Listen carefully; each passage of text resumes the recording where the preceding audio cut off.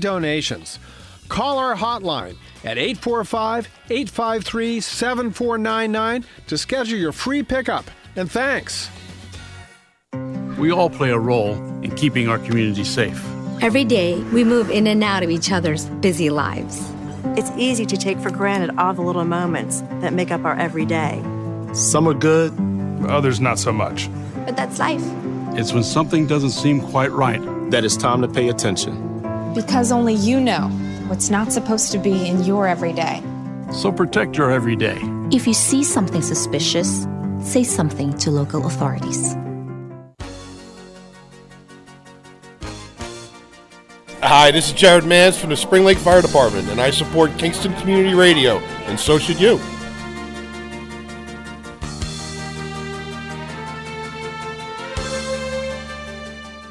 This programming is brought to you by the Friends of Kevin Cahill. As a strong advocate of local broadcasting, Assemblymember Cahill urges you to support Kingston Community Radio with your time and donations. Your contributions keep KCR vital and on the air at FM 92.5, AM 920, and on the web at mykcr.org. Please join Assemblymember Cahill and send your gifts of $10, $25, or more to Kingston Community Radio, Post Office Box 4364, Kingston, New York 12402. Together, let's keep KCR alive. All right, folks, we're on. This is Thunder Thursday. We're here with my man, Pots and Pans, Richard Cattabiani. Hey, good morning, Tony. How's everybody brother? today? I'm doing great. How the heck did you get that nickname, Pots and Pans? Wait, I've never heard Pots and Pans before. Are you a before. good cook? I'm not going to, I'm sorry. Your Honor, this crime is an outrage.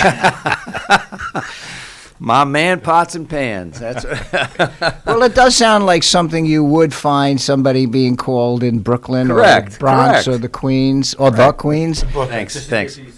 Potsy or something, right? Remember Potsy from, what was it, Laverne and Shirley? Happy Days. Yeah. Yeah, so it's good to see you. Good to see you. How's it going? Not too bad. I mean, you look like $1 million. Well, oh, is that the old wrinkled and green thing? Yes. Suave, not right? Too bad. Not too bad. You know, it's interesting because I was looking at a year in review from the local paper, and it was this time last year. You know where I'm going with this. Mm-hmm. This time last year that Marist College announced it's closing its campus in Florence, Italy. Wow. For the remainder of the 2020 semester due to the outbreak of COVID-19 in that country. And and the Kingston Board of Education also canceled their student trip to Costa Rica by about 15 or 20 Kingston High School students. And here we are now. April 29th. And we're vaccinated and masked up and looking at the end of the tunnel. Hopefully, hopefully this 4th of July will be a magnificent joyous celebration. One. Yeah. Well, that's interesting how 1 year has changed the face of the earth, really. I mean, if you think about it, it's everyone is in different mode. But it started going sliding down that slippery slope last year around this time. Yeah. April, everybody was thinking, well, and I think I had predicted it would be, if it goes past June, where it's going to be, it's not going to go past June. Obviously went well past June. Yeah. But as you say, we're on the mend. And, people's attitudes are looking up. You can see this, the smiles behind the masks now in their eyes, and it's a good feeling. Yeah. There's some people, though, I can't really tell if they're smiling or not. I have this penchant to ask some people just to drop their mask because I want to see their full face. Their eyes are kind of, they're sending a message. This one young man, it almost seemed like he was saying to me without speaking, nonverbal communication, like, you're a little crazy or something. I don't Well, has he met you before? I'm just curious. I just want to clear the. Yeah, I can't go further because it would divulge who it is. And Yeah. But it would, let me just say this: it was a customer encounter, and I think he's a really nice young man, but he had kind of shifty eyes. I'd say, So Yeah, I almost said, I said, can you just please remove your mask? I just want to see the complete Mona Lisa, the whole. Yeah, not bad. So, how have you been? Well, a little bit. Going pretty well. Rotary, Kingston Right. Rotary is very active. We had another membership visitors day last night. We had a good turnout. We had our nominee district governor, who will be coming in after you. No, 2 years. So Mike Polashik from the LaGrange Sunrise, he is next, starting July 1, which is only like 61 days or something like that. 62 days. But who's counting? And then Larry Pallant comes after Mike Polashik. So he's, I guess you can say a year from July. Yeah.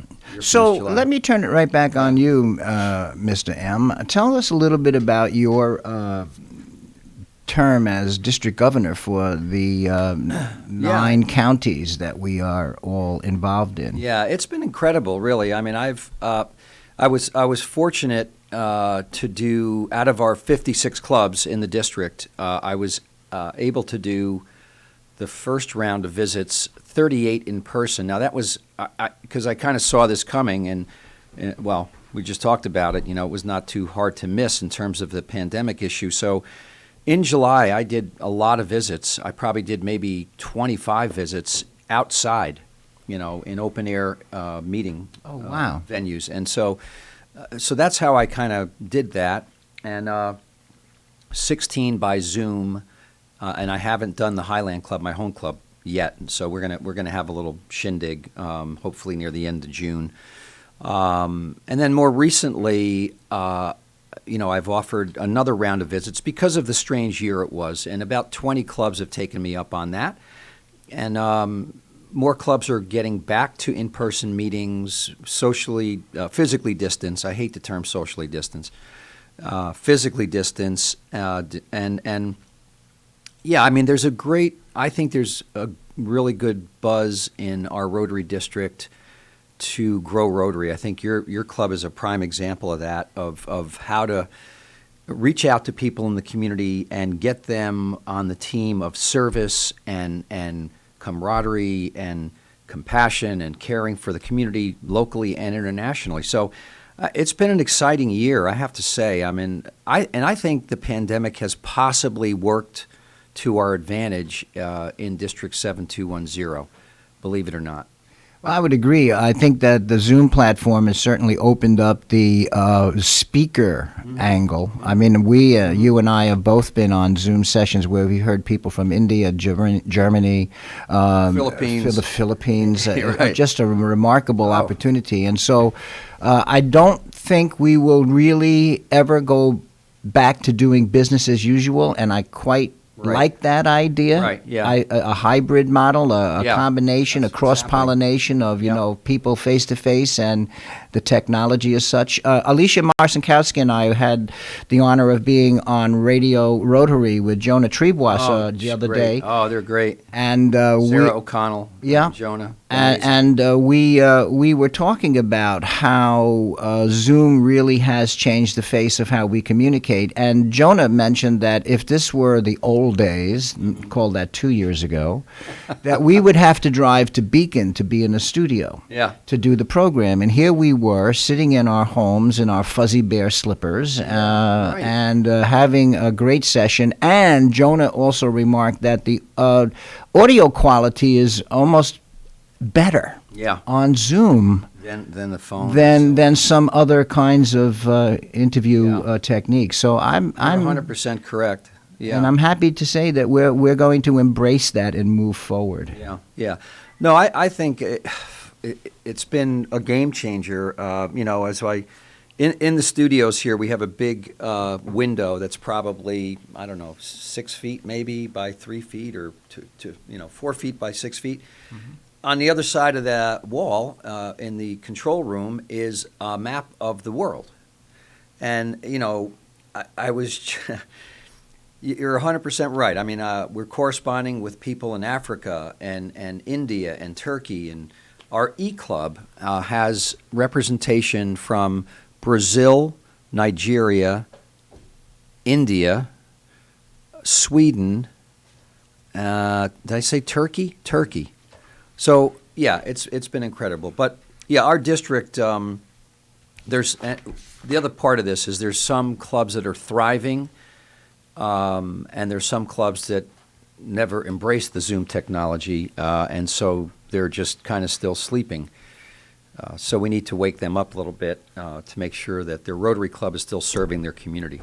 One of the things that I've learned over the years in general is you can't people won't embrace anything unless they are ready. Yeah. And certain clubs are just not ready. Right. And I understand that, and that's okay. But it's incumbent upon us to lay out a readiness approach so that they can embrace, the new world. Well, look, order. you're a lifelong learner. I'm a lifelong learner. But I think there's some people that, for whatever reason, they said, I'm not doing that, or I don't trust that. I don't trust Zoom. Somebody's going to invade my checking account, or whatever. And there's some folks that are saying, no, I don't do Zoom at all. And that's a little sad because, more than likely there are also folks that are kind of closed-minded about a lot of other things. Give it a whirl. But and I would say it's the older generation, but you and I are shining examples of. Careful now, it's a family show, all right? Shining examples of two, let's say, veteran earthlings, as you like to put it. Greeting earthling, indeed. So how's the rest of your world doing? Good. Good. Catherine's doing good. Everybody's fine. Good. My Brazilian friends have this great saying, and I believe that it's true. And if you are a parent, this will resonate. But you're only as happy as your least happy child. And I'm happy to report that both Ben and Ella are doing fine. Right. Catherine is fully retired now after many, many, many years of dedicated service in the Ontiora School District, working with Asperger's children and special needs people. And Amazing. this is I think it's coming up to full-time retirement, probably 4.5 years now for me. So it is good. But the old joke about retirement every day is a Saturday, well, it's kind of true. But the good thing about that is you can get a lot done. Oh, yeah. If you plan your day and if you just... Well, I think if you were a busy, active person before retirement, it's likely that you're not going to just drop anchor. You're going to stay busy, whether it's volunteering, enjoying nature. I mean, being outside or tinkering with projects. That's my sense. I mean, I've only had a little brief hiatus from work, and but when that day comes of packing it in, I mean, I'm probably going to, I don't know, join more organizations. Well, my father used to say this, and our very first guest this morning, Barbara Ann Cohen, is a living manifestation of this. Is if you want something done, you always ask a busy person. Absolutely. And that is so clearly true to me over the years. Yeah. I haven't any time. Oh, yes, you do. Oh, yes, you do. Right. Yeah, no, Barbara is amazing. And our other guests today, we're really excited to have the Brucks. We have Taylor Bruck, who is the Ulster County historian, as well as the archivist, and he's a very young man, and he took over from the inimitable Ed Ford. Oh, yeah. Who was in his hundreds when he passed on. And so one of the questions I really need to ask Taylor is, you're not even 30 yet. I've got socks older than you are. Right. And I'd like to know how such a young man came to take on such a remarkably heavy responsibility as being an archivist and an historian at such a young... So I'd like to ask him what the spark was there. That had to start, I think, at a fairly young age, because, you don't turn... that's a super tender age to be, concerned or interested about the history of anything. Yes. Mostly it's, what are we eating for dinner? Yes. What are we eating for dinner? How did you know? Yeah, so Taylor. Taylor's good, and his lovely wife, they're newly married, Jillian Nadiak Bruck will be with us, and Jillian and I work together at the Hudson Valley National Center for Veteran Reintegration, and she'll tell you a little bit about one of the important writing workshops that Jillian, Ray Cox, a friend of ours, and I have trained for nationally and are certified to run these writing workshops to help veterans, both male and female, from everywhere from Vietnam through Korea to Bosnia, Mogadishu, Afghanistan, Iraq. All of these folks have been in really situations, Anthony, that you and I would couldn't even. I can't even imagine. Yeah, it's. And as a direct consequence, that writing becomes healing. And we'll also talk a little bit about Jillian's musical abilities. But more importantly, we're going to learn about how she's heading up Pat Ryan's new anti-opioid program. And, she's very talented. And, of course, sadly, it all depends upon grant money. Yeah. You know, and it's always an uphill road trying to get all the paperwork in at the right time so you can. I mean, there's certainly a lot of federal dollars flying all over the country these days, and I wonder if those in authority have carved out a piece for that population. The substance, the opioid. It's a crisis in the country. Yeah. By the way. Actually, we're struggling with that right now. We had a rather big press event about a month ago. Pat Ryan and all of the people who are involved in vet-to-vet via a Zoom. And we realized that we are still waiting for money that was promised to us in 2020. We're still waiting for that money. And we haven't, obviously, it's 2021. Even I can do that math. And I'm a little. Not much progress. Not much progress. I mean, I find that very distressing. These are federal or state dollars? Both. Both. Wow. Both. Well, how about our electeds? Any assistance there, I was hoping that Mr. Cuomo would step up on this, but he seems to be preoccupied. And as a direct consequence, hasn't. And I mean, I don't like to get very political, and you know me long enough to know that's true. Yeah, but absolutely. It is important that somebody take a pen to a piece of paper, sign, and let's get on with it. I wonder if our Assembly Member Cahill could assist, or our state senator, and or Representative Delgado. I don't know, but They were at the meeting. They are certainly aware of our situation and what we are facing. Yeah. And, Excelsior, right? Our motto, ever upward. We have to. I'd like to believe that.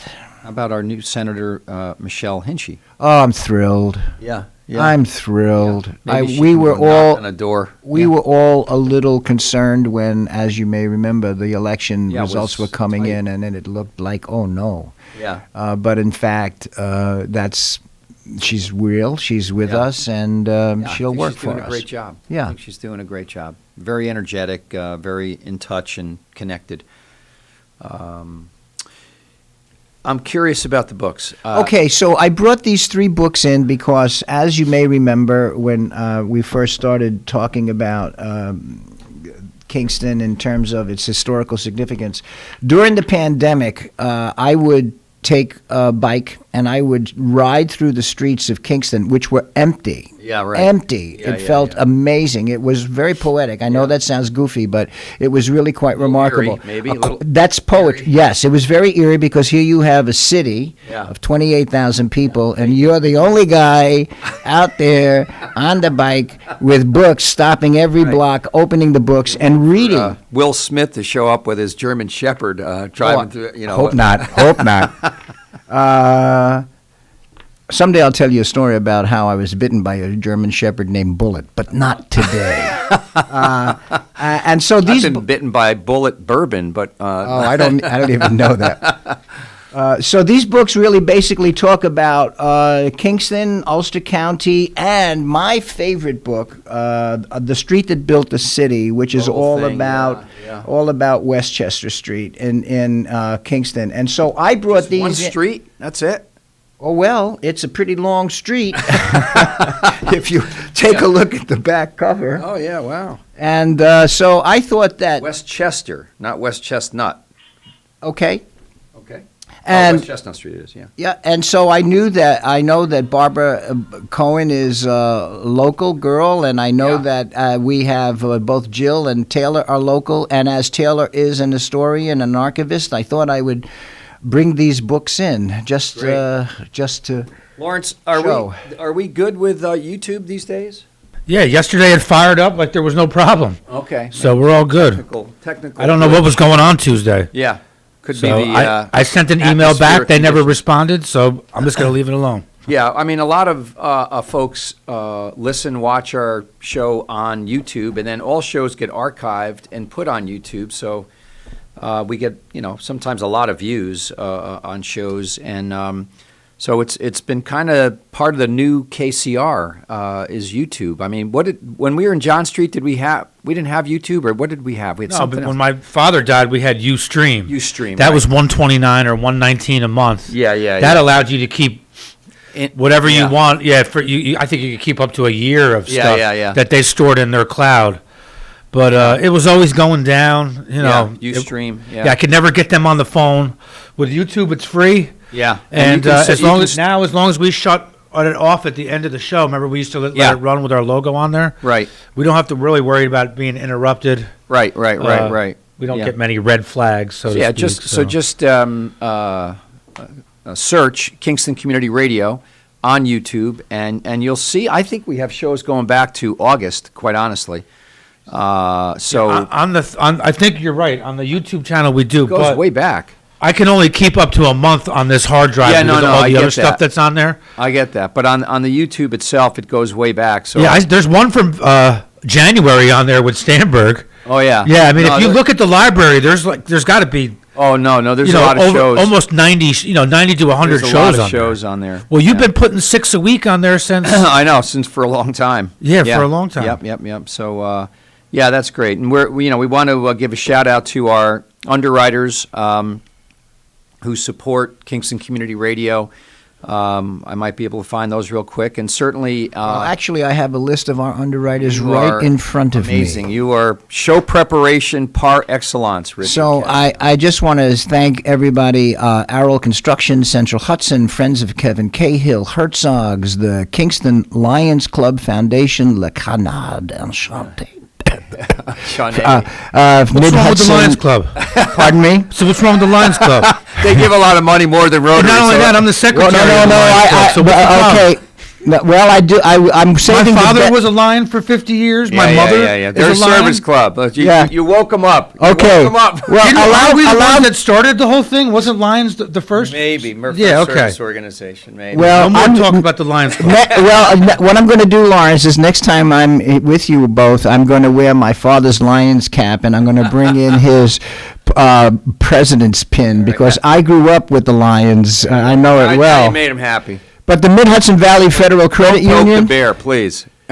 another underwriter is Norman Staffing, Roundout Savings Bank, Ulster Federal Credit Union, Ulster Savings Bank, and I might add, your newest underwriter is the Rotary Club of Kingston. Oh, yeah.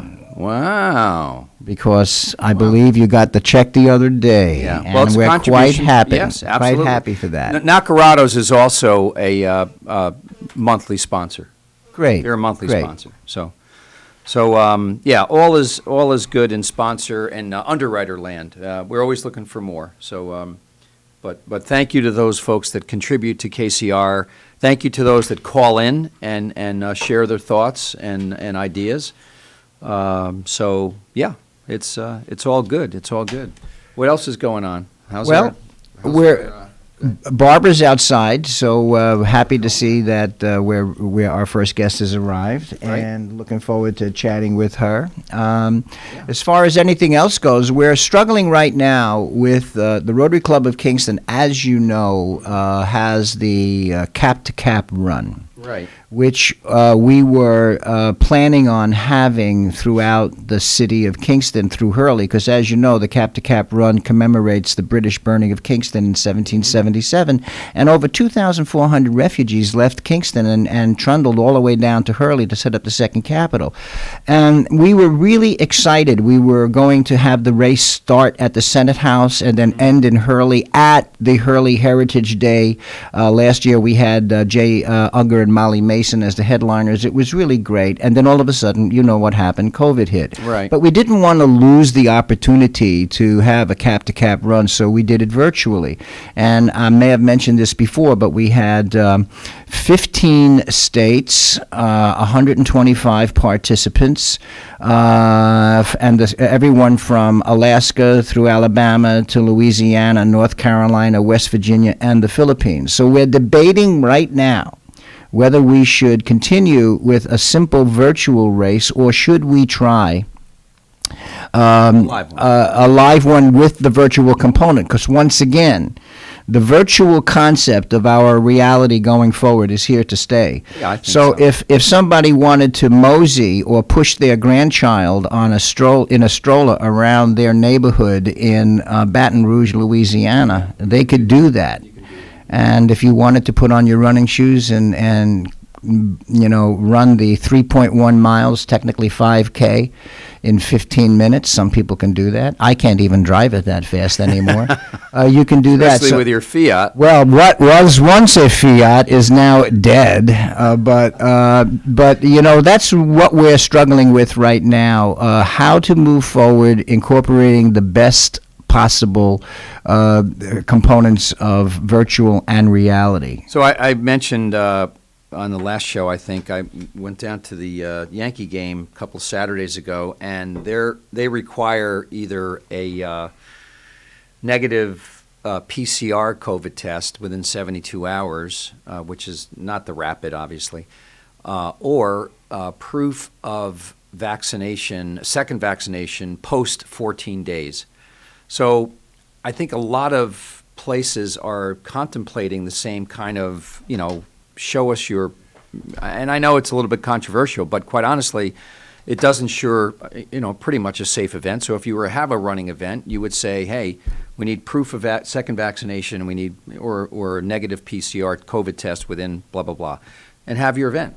I think they're already starting to say if you're outside and you're vaccinated, you can drop your mask. Did anybody hear that?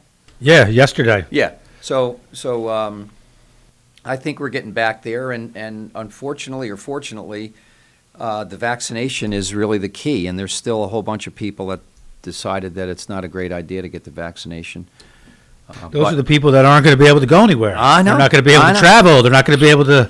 Eventually, do you know what the Giants said? This is September now, so I would imagine that might change.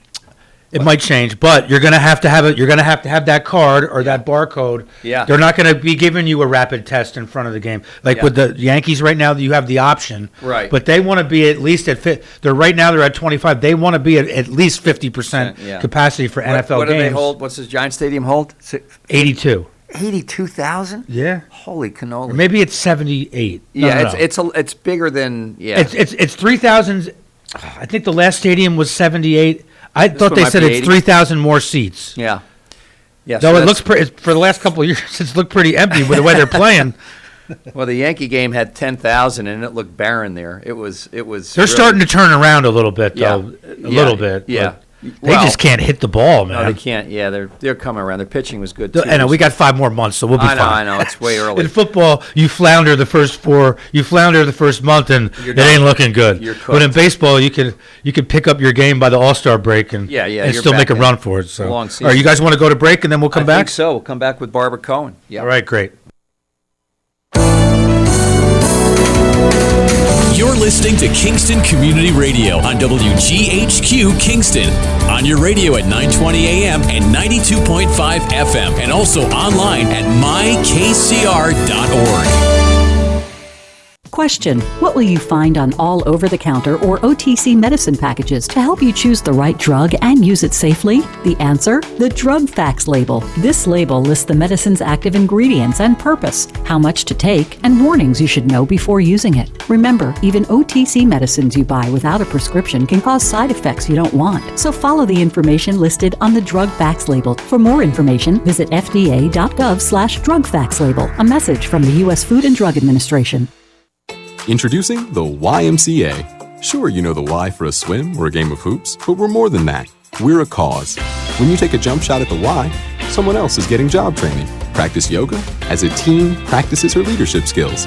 We give people of all ages, incomes, and backgrounds a chance to learn, grow, and thrive. So while you might think of the Y as the place for lifting weights, we're also about lifting entire communities.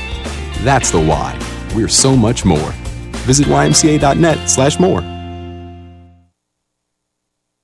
At St. Jude Children's Research Hospital, we're fighting against childhood cancer every day. At the heart of this battle are our donors. Most of us want to make some type of difference in the lives of others. St. Jude does miraculous work. The fact that no one has to pay, it's a place where everyone is treated as an equal. Everybody is welcome here.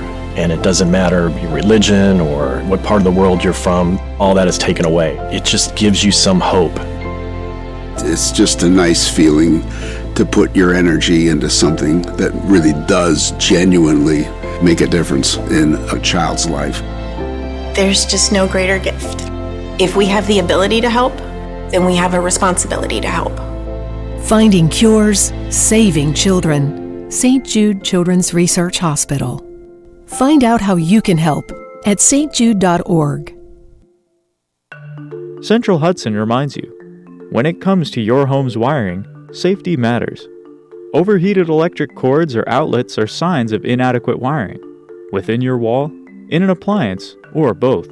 Circuit breakers or fuses that trip often is usually a sign that a circuit is overloaded, an appliance is faulty, or something is wrong that can shock a person or cause a fire. Have a trained electrician troubleshoot such problems immediately. Hi, this is Tony Marmo from Norman Staffing, and we've been bringing together employers and job seekers since 1980. If you're an employer and have job vacancies, let Norman Staffing help fill them with permanent or temporary workers. We screen, interview, and recommend the best candidates for your company. We make the employment process easier and faster for you. Please call Norman Staffing for your employment needs at 338-9111, 338-9111, or normanstaffing.com.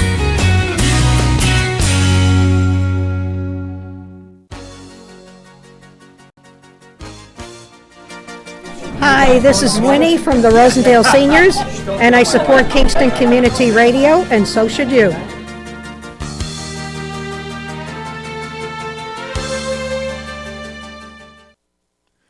Rondout Savings Bank has a long history of serving local communities and maintaining a strong tradition of customer service excellence while providing each customer with the personal attention they deserve. Rondout Savings' approach to community banking puts you and the growth of your business in the front of everything they do. They're a different kind of bank and would like to tell you why, so please reach out to one of their expert business bankers for an appointment and let them show you what they can do for you. Rondout Savings Bank, always working for you and the community with branches in Kingston, West Hurley, and Hyde Park. Also online at rondoutbank.com. Equal housing lender, member FDIC. All right, folks, we're back. This is Thunder Thursday. Without the lightning, I want to remind everyone. Flash and boom. Yeah, exactly. So this is Tony Marmo. And I'm Richard Cattabiani. And we're joined by? Barbara Ann Cohen. Oh. Barbara Ann Connolly Cohen, one of my favorite people on the planet. All the names. Did we miss a name? No, my confirmation name, Mary. Now that is a surprise. Yeah, that's a surprise. Shocker. Mother Mary. Well, you know. Good to be here. It's good to have you. Good to see you. So I met Barbara through Rotary 15 years ago, and I can honestly tell you she is one of the few people I know who really lives her life by the four-way test. And I remind everybody, the four-way test is very simply, is it the truth? Is it fair to all concerned? Will it build goodwill and better friendships? And will it be beneficial to all concerned? And Barbara, I can honestly say to you and our audience that you really are exemplary in that lifestyle. And I've also noted that you are District Governor seconds that, by the way. Yes. Thank you. I'm looking Thank you. at you are involved in 10 community organization, and you are on the board of directors of 7 of those. And then that leaves just 3 service organizations left. And and so I'd like you to, I'm going to list some of these things, and then we're going to ask you some questions. I see that you are on the board of the Friends of Health, supporting Friends of Health Alliance, the Jewish Federation of Ulster County, the Mental Health Association in Ulster County, the Ulster County Community College Foundation, something near and dear to both of our hearts, the Health Alliance Foundations, the Children's Home of Kingston, and I hope we'll talk more about this today, the Rear Center for Immigrant Culture and History. But she's also a member of the Congregation Emmanuel of the Hudson Valley and serves on their Membership and Welcome Committee. Barbara is a past board member and longtime secretary for the Kingston Rotary Club and is also a member of the Ulster County Chamber of Commerce. I'm going to take a nap now, okay? And here's something I did not know about you, my friend. You're the founder and one of the editors of Kolenu. Am I saying? Kolenu. It means our voice. Kolenu, a publication of the Jewish Federation of Ulster County. Maybe we should start with that. Could you tell us a little bit about that? Sure. Please. Oh, thank you. So the Jewish Federation of Ulster County has a newsletter. Yeah. It's also available online, but when we started it, maybe 30 years ago, of course, it was, with a mimeograph machine. Right. But seriously, it's a newsletter, and it's sent to members of the Jewish Federation of Ulster County. You used to have to pay a minimum of $36 to receive it, but that's, now that it's online, it really doesn't matter. And so different individuals in the Jewish community, such as the rabbis, submit. For example, we just had our Passover edition in March. So each of the rabbis, it's really fabulous, have an opportunity to share their thoughts. And so, and then there's other committees of the Jewish Federation that also submit. Can I call a timeout? I want to call it timeout. I want to know where you got your love of volunteerism, how you got your love of volunteerism. I can tell you. Where did you grow up? Just give us the 411. It's just I grew up locally. I grew up locally, and it's what I saw. Okay. Isn't that interesting? It's what I saw and what I observed. And so, I went Big family, little family? Small. I mean, small. It's so, so my parents, Betsy and Jim Conley, adopted me when I was 3 months old from the New York Foundling. Okay. And so grew up in Kingston, and my dad was involved in the community. His brother was involved in the community. Had a law practice, Conley and Conley. Right. So, and my aunt, Bertha Conley, was very involved in the community. So it's something that I just observed and saw. And then I was also an only child. And I think anybody listening who was an only child, you do sometimes a lot. You don't have siblings. You don't have siblings. So you have an adult world. More of an adult world. Quicker.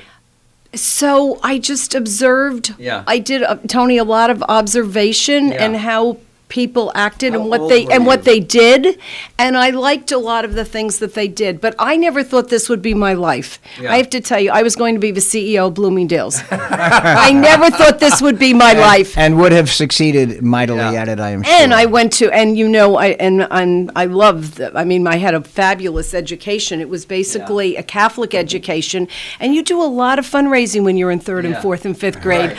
You do. I learned all my fundraising from the nuns. And I think anybody can relate to that. Seriously, as a compliment. It's true.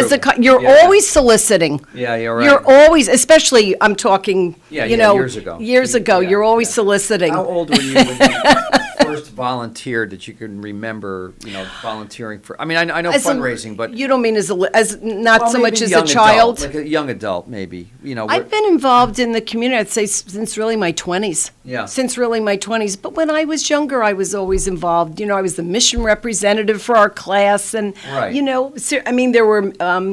The school that I went to was St. Ursula's, which is now where the children's home is. Right. They also had missions in Africa, and you were always raising money. Every class had, you had a goal. You had a goal, and you had to meet your goal. You went to the principal's office. Yeah. So I mean that as a compliment.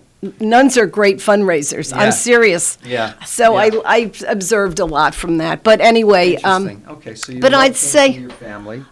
Just a lot of observing. Just a lot of observation, and what interested me. Yeah, that's I a little bit figured that, but I'm it's either in you or it's not in you at some level, right? Yes. I mean, and it's interesting because my background is fashion and merchandising. So when I say that I was going to be the CEO, that was really the path that I wanted. But it's not, I shouldn't say but, and then I fell in love with Joe, and we got married and settled here. He was in school, and we came back here and had children, and I really wanted to, quote, be home with the children. Mm-hmm. So a lot of the CEO of the household. A lot of the things that I would have done as far as leaving, the work, I didn't do. And there's some regrets. There's a little, but I do have I have a business called I'm a Star. Mm-hmm. So it's onesies for little ones and adults. Oh yes, I've had it. It's like a secret. It's almost like a secret because I'm too busy doing other things.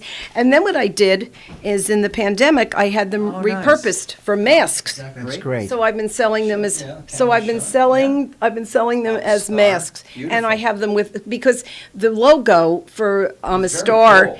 is every child's a star.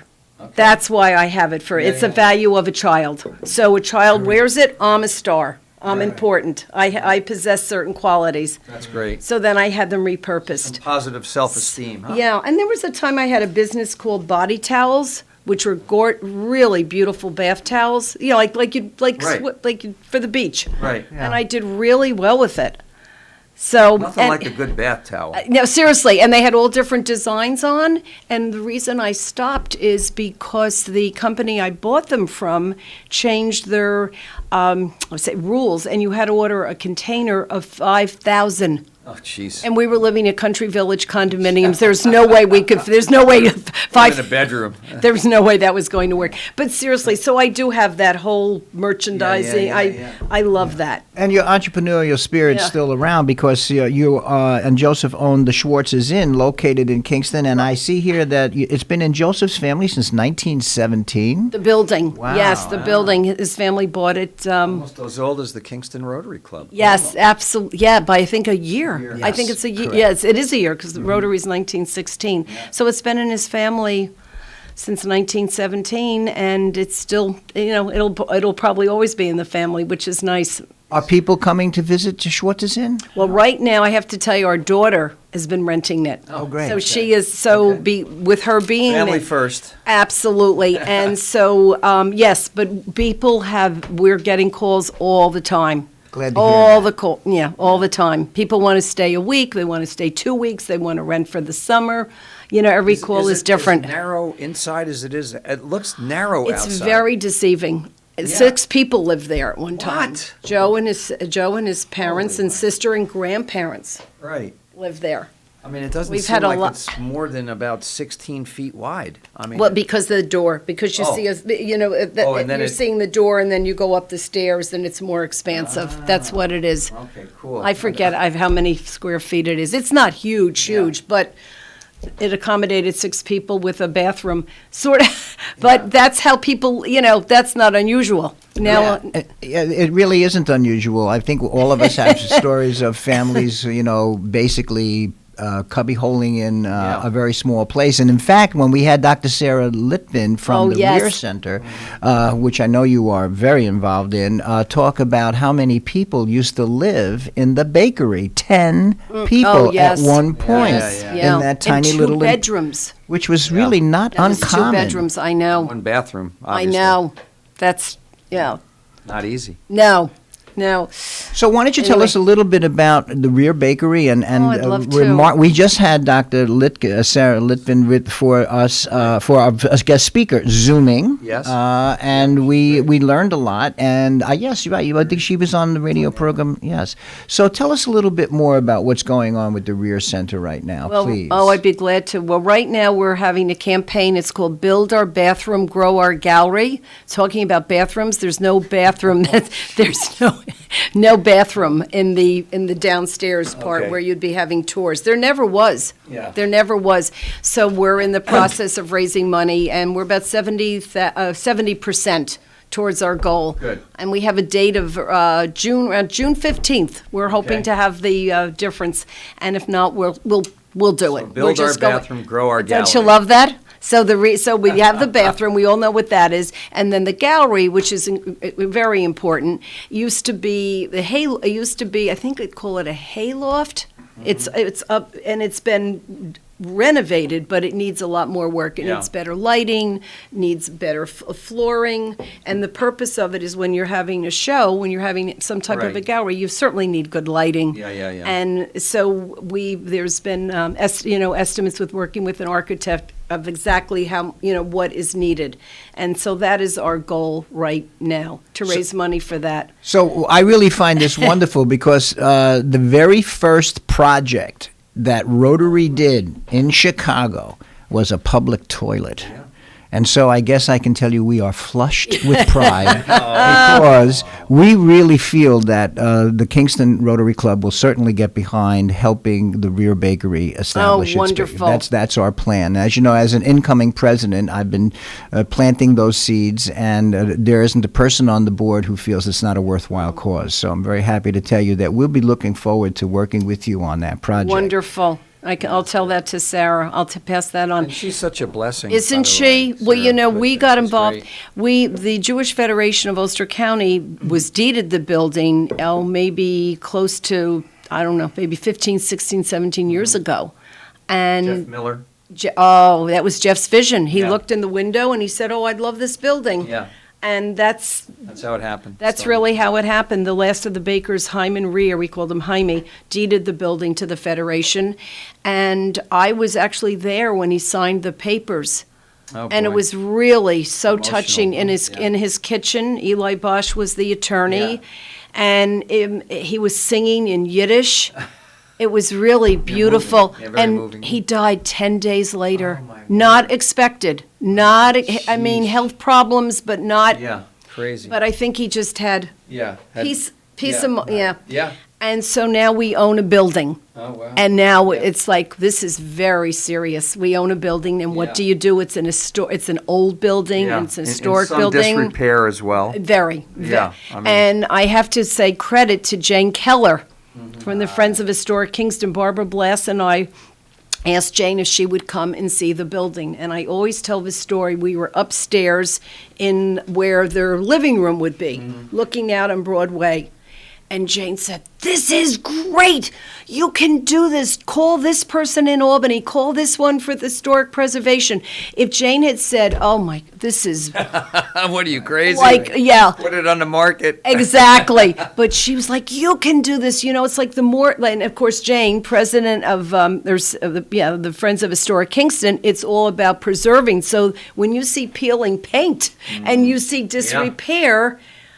and historic, you don't turn the other way. So I always give that credit to Jane. She really, because we were like, what do you do? Yeah. But we would never have sold the building because it was given to us, and we would never have. And there were a lot of people that thought of it like back with Fulton's Folly, what are you doing with this? But there was a group led by Jeff Miller, and we believed in it.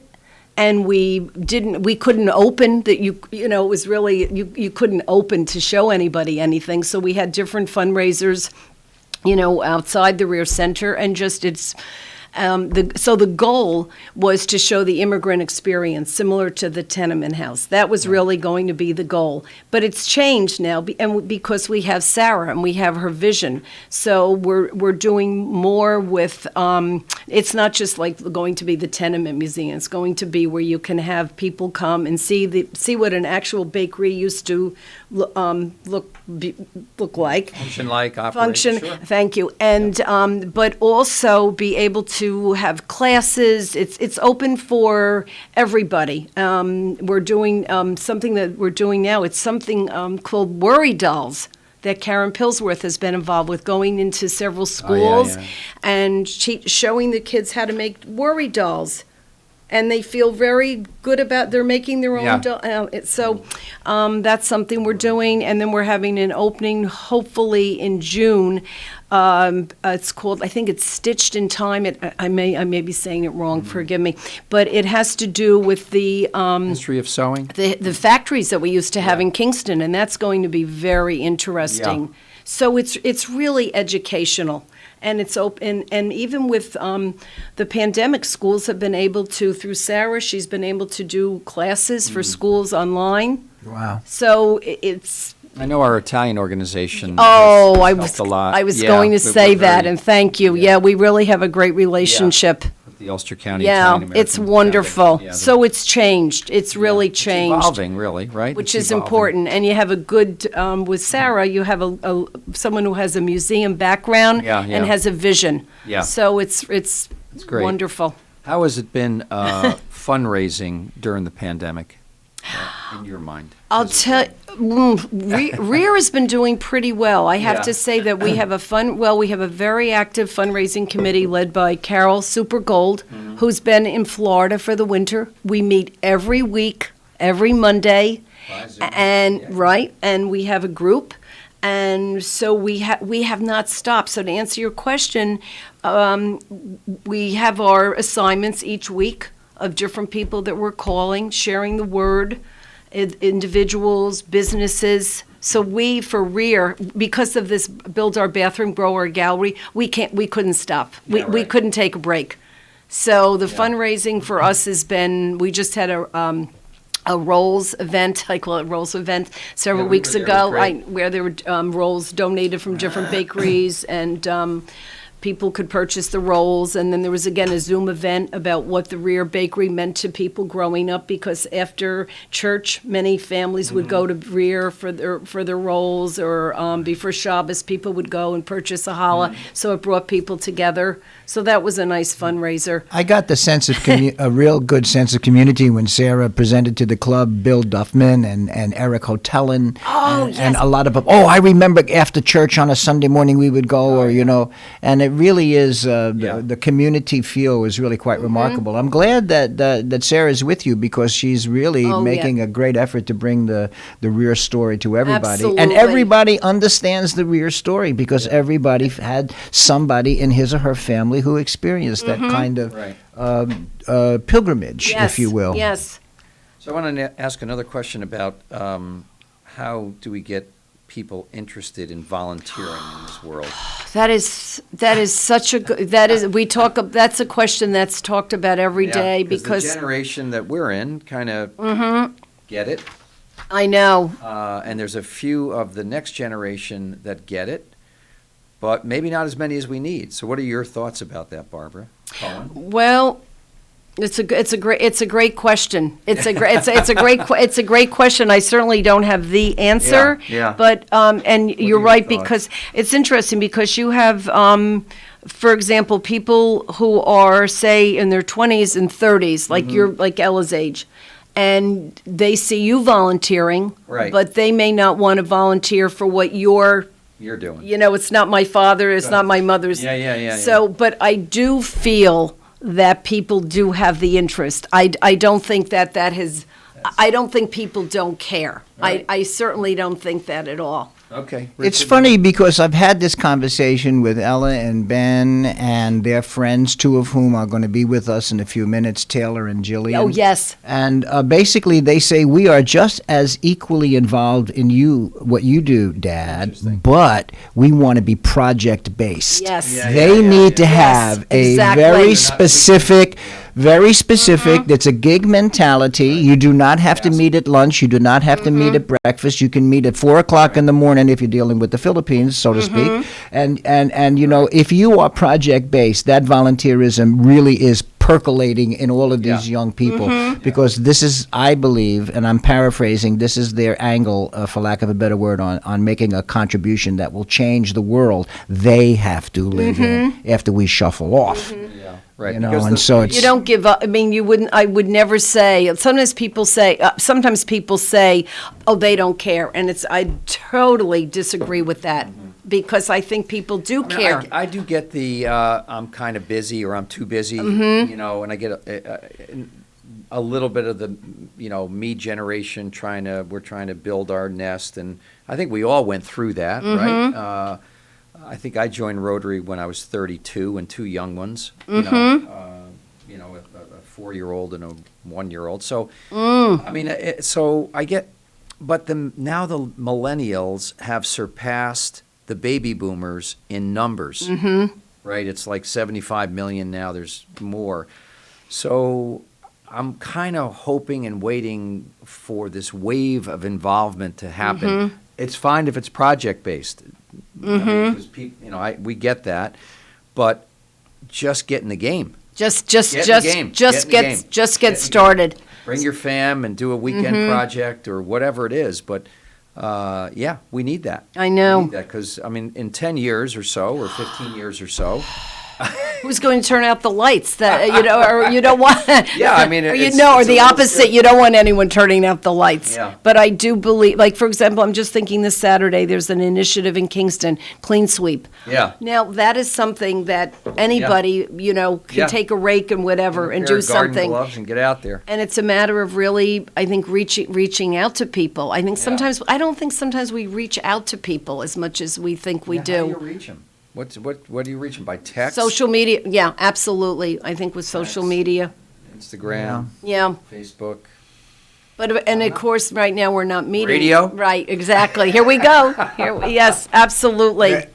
First information superhighway, the telephone/radio. You're looking. It's not going away. Right. All we can do is enhance it and make sure that what we talk about is really important, as we are doing this morning. Yeah, absolutely. And I think it's important with that age group that we keep asking politely, gently, not just say, okay, no is no and that's the end of it.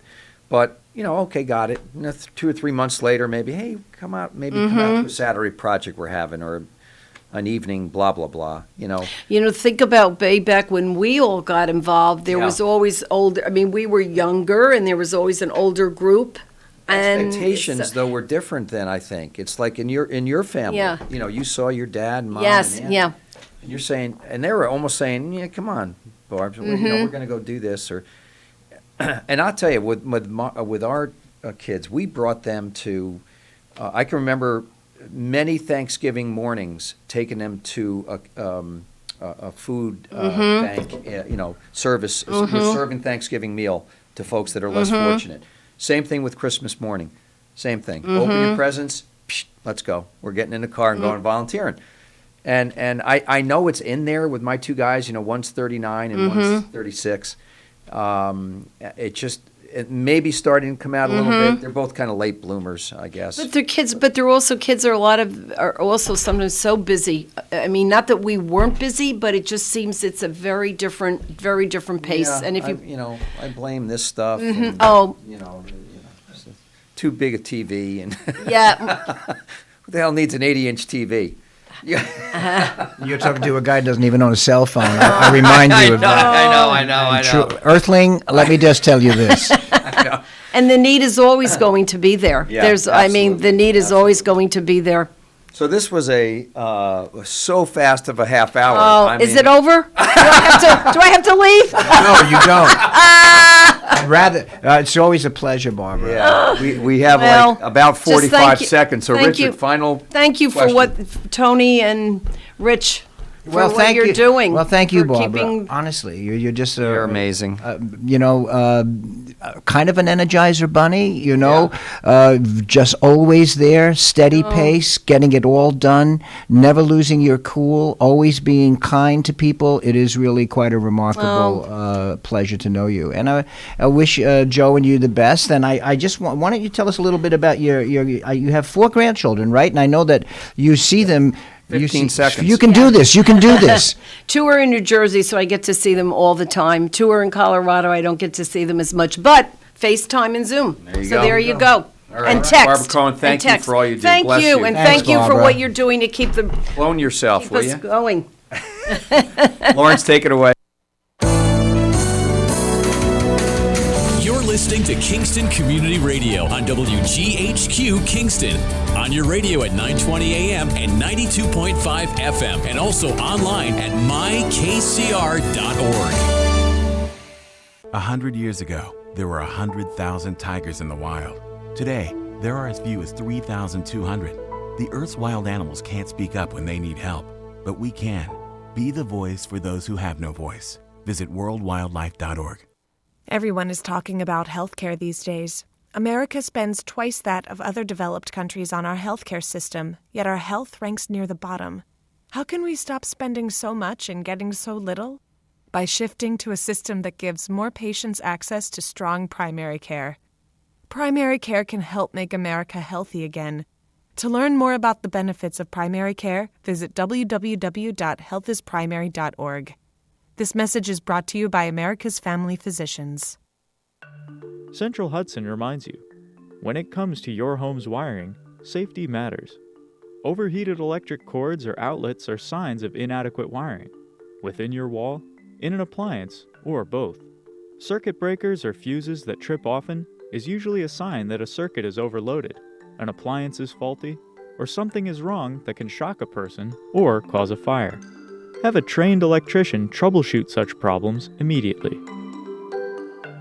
Screening exams for breast, lung, or colorectal cancers are necessary to detect and treat disease at its earliest, most curable stage. But you may have some concerns and questions. Answer your questions and ease your fears by visiting radiologyinfo.org. In addition to information on screening and wellness, you'll find more than 200 descriptions of radiologic exams, procedures, and treatments to help you prepare. Get informed and be prepared. Visit radiologyinfo.org, produced by the Radiological Society of North America and the American College of Radiology. As the world faces the challenges of the ongoing COVID-19 pandemic, Lions recognize that kindness matters now more than ever. And Lions and Leos are finding ways to continue to serve our communities, including ordering food delivery for healthcare workers, holding story time for children online, and providing surgical masks to medical professionals and first responders. Empowering us to do more, Lions Clubs International Foundation has provided nearly $2.5 million in grant funding for COVID-19 relief. And that support continues to grow. For more than 100 years, in times of need, Lions always find a way to help those around them. And after we emerge from this, we will be stronger than ever. Visit lionsclubs.org to learn more.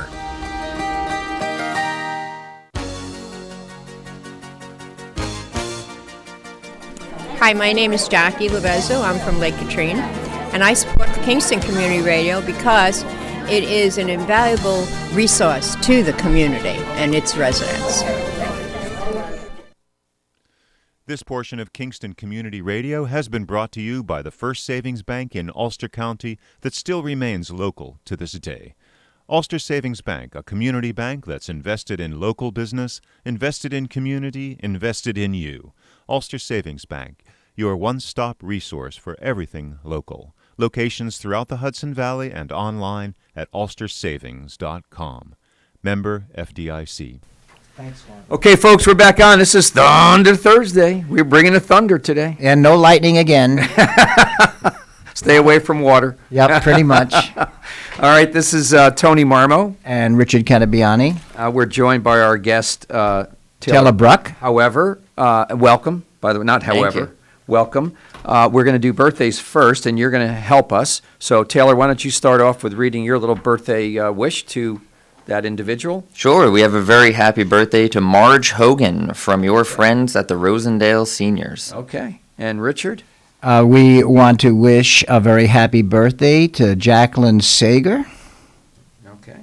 From? Oh, it says from her family and friends. Okay. Very good. And the winner of the delicious cow pie from Boyce Dairy Milk House at 62 O'Neill Street in Kingston is... It would be Jacqueline Sager. Wait a minute. Happy birthday, Jacqueline. Get your delicious cow pie. Have you ever had a cow pie? I've not. Oh, man, they're awesome. Kidding me? Okay. It's a Kingston tradition. Well, yeah. It's not a cow plop, it's a cow pie. Okay, so we... plops. Well, we actually refer to them as cow pies as well, but then again, that's a city that's take a Brooklyn on thing. it. Yeah, it's a Brooklyn thing. we never ate cow pies. I just want to say that we never. Yeah, that's true. You're not from Canarsie, where? I am. You are? I am. I know that. It's stored in the, I don't know, somewhere one little brain node back there. All right. Well, welcome to our guest. Please introduce our good friend. Well, I'm really pleased to have Taylor on the program because I met Taylor on a couple of wonderful enterprises that we'll talk a wee bit later. But Taylor is the City of Kingston historian and the Ulster County Archivist. He was born and raised in Kingston, and he serves on the board of the Friends of Historic Kingston, Friends of the Senate House, and he is part of the Revolutionary War reenacting group, the 1st Ulster Militia, and also, Taylor is a guide for the Hurley Ghost Walk, which happens about the same time of year as the burning of Kingston.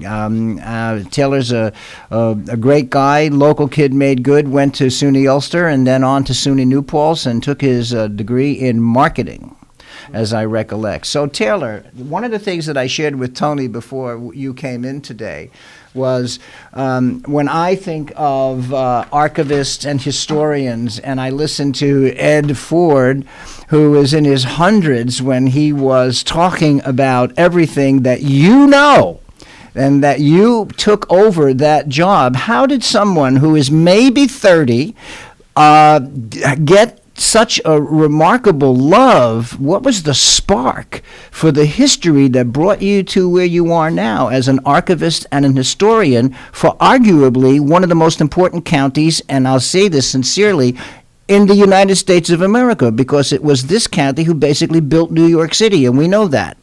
And as you can see, I have some books here, only because only because I'm fascinated by this. So, can you talk a little bit about the spark and how you came to do what you're doing and doing so well? Sure. Well, it was really my mother was the spark. She worked at the Senate House for years, Lisa Bruck, and being a single mother. She would bring me to the office when I didn't have school or something and showed me how to read the old script. She would show me when she was transcribing Nathaniel Booth's diary, who was a gentleman that kept just a great detailed diary in Wilbur in the 1800s, and taught me how to read it and how to care for these documents and how to treat old newspapers and about wood pulp and acid-free stuff. But when I went to school, the idea was you'll never find a job in history.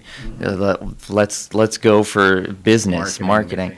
And then just out of a stroke of luck, the archivist position came up. I applied, took the test, did well, and was like, I know my degree's in marketing, but please, I'm telling you, I know this stuff. I love it. Yeah. So they gave me a shot, and it's been fun. And then Ed, we started chatting once I became archivist. I met him before as a kid, but once I became archivist, he was, I guess, impressed with the work we were doing in the archives and recommended me as next historian, which I'm still flattered by and trying to digest. Well, like Paul McCartney says, you didn't take your lucky break and break it in two. Ooh, ooh, ooh. So what I'm trying to say is that you really had this amazing opportunity, but you stepped right up into the plate, and you're really hitting them out of the park, man. I'm really impressed.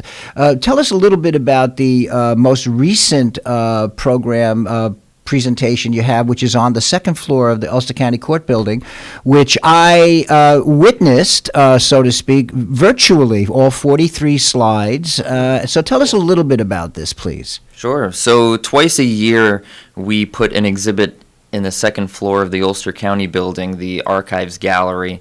That's where the county clerk's office is, and we had empty wall space. So years ago, before I started, they said, why don't we show off some of the stuff we have in our archives? So the most recent one is a history of healthcare in Ulster County. Oh, cool. We thought it would be relevant and important to pay tribute to the healthcare workers through 2020, because they did such an amazing job. Absolutely. And just seeing everything they did. And then we looked into the history of healthcare in Ulster County and said, it looks like no one's really touched upon this. Yeah, isn't that amazing? It is. There was no books that we found or anything. So we started from scratch and just started digging through our records, and we're trying to answer questions like, who was the first doctor? What was what were the first hospitals like? Like what? Well, so I have to tell you a quick story about this. I worked at Kingston Hospital for, I started there in 1980, and I left there in 2003. So I was there 23 years. My first year as chief executive officer was 1994, and I was 40 years old. That was the 100th anniversary of Kingston Hospital. And I still was wet behind the ear. I had no idea, 40 years old, kind of similar to you. I'm in front of a room of like 300 people in Wiltwyck talking about the history of Kingston Hospital. And we had a year-long celebration, videos, and we set up an area in the hospital that had all the old instruments. And so isn't that fascinating? You mentioned that. I mean, that was like a long time ago for me, but it brought it back instantaneously. It was so. I'm curious what what some of the things that you found. That's very cool. Yeah, it is very. Yeah. Well, we were trying to answer. Well, what happened before Kingston Hospital? Right. Where did people go? Yeah, right. And the answer was really you had Nowhere. to know a guy. Yeah. Right. You had to have a doctor that you knew how to contact that could come to your home, and it was kind of shocking for us to say, wow, the first sort of 300 years of Kingston's history, there was no hospital. Right. There was basically no medical infrastructure. And until Kingston Hospital, you had to know somebody who could come help you out. And then when Ellenville Regional opened and we were doing research on that, did you know Lyndon B. Johnston went to Ellenville Regional for a dedication?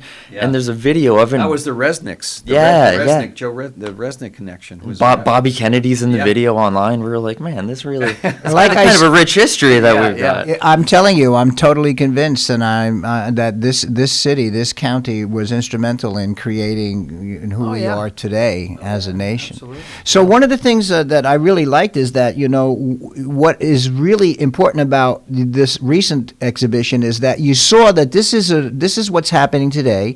It's relevant. We have healthcare crisis, and then you decided, let's take a look at how it all started. That is excellent scholarship.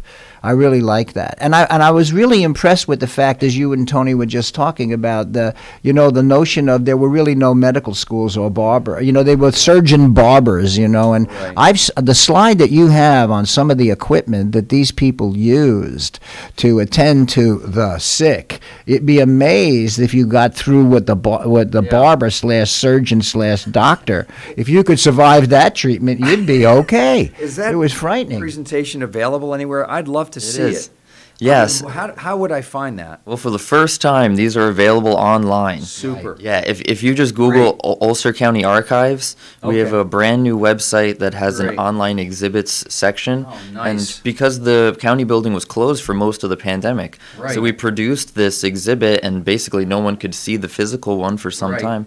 So we worked with the web publishers to get it up online. And now we're going to be rolling out online exhibits going forward. We also have some past exhibits online, but that one is available online, A History of Healthcare in Ulster County. Okay, great. Thank you. I noticed that in the history of healthcare of Ulster County, there were 4 women doctors isolated in the presentation. I can't remember their names, but do you want to talk a little bit about that in general? Sure, and there were more. We just picked the 4 that we found photos of because it looks better.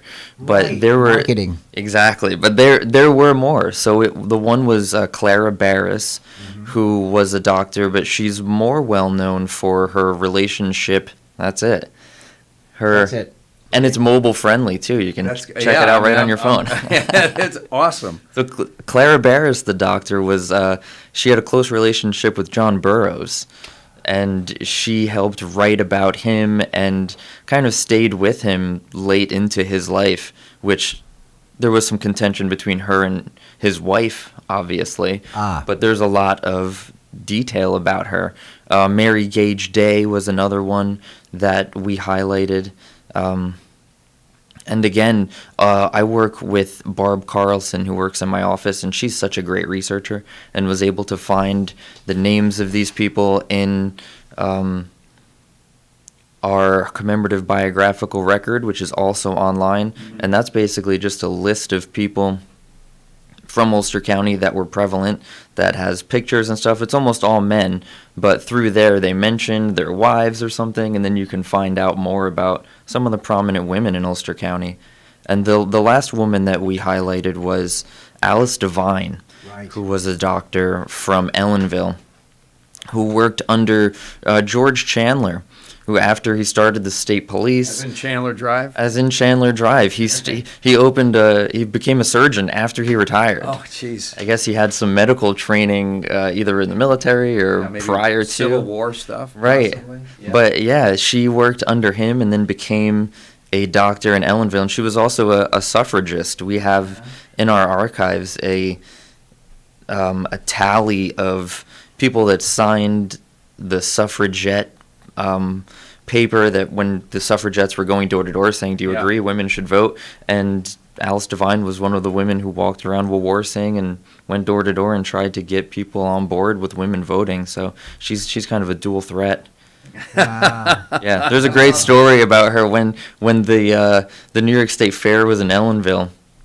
They had a balloon exhibition where someone went up in a balloon and said, "Look, I'm flying." And when they went up one time, the rope that the balloon was attached to tied around a spectator's foot and dragged them up. And there's a photograph of it. The Ellenville Public Library has a photo. Oh, how cool is that? It's in the exhibit. We have a whole exhibit on Alice Devine that's also online.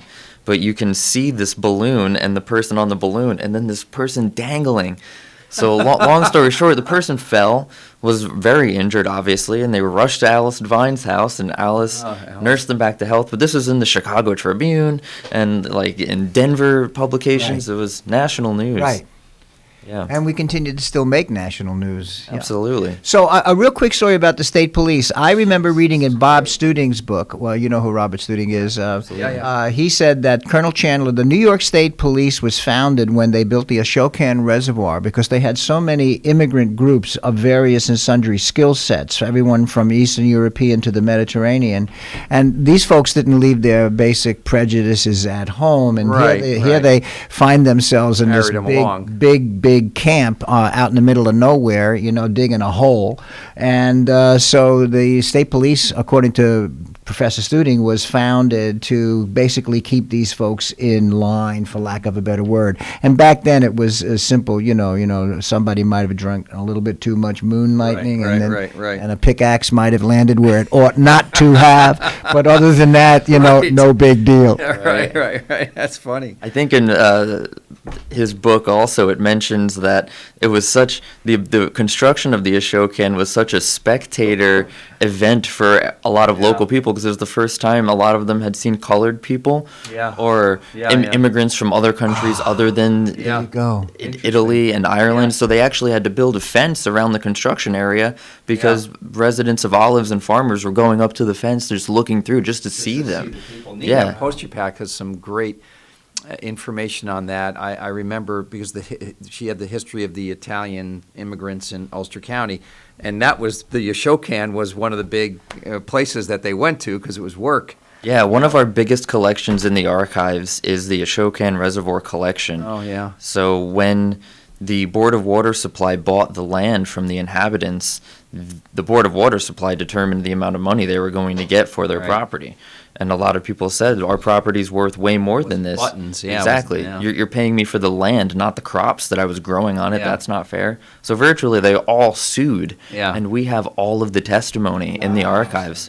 On microfilm, too, so you can kind of just scroll through. Wow. We have finding aids. If you have relatives that were in the area, we can see their testimony. And it's strong. This is so impressive. Oh, it's just incredibly impressive, and it's ongoing because I'm sure that you don't rest on your laurels. You make a great presentation; it's presented beautifully, and yet there's so much more to tell. So, what is the news story that the Ulster County Archivist and the historian are looking at right now? What's coming up? We're working on probably the biggest project we've had in a long time.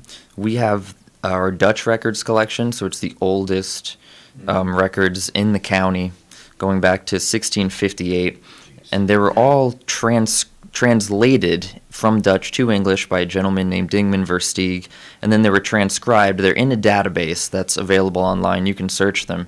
So what we're working on now is to scan them all and put the scans up on the new website. So Got to be a massive project, right? It's big. There's about 15 volumes total.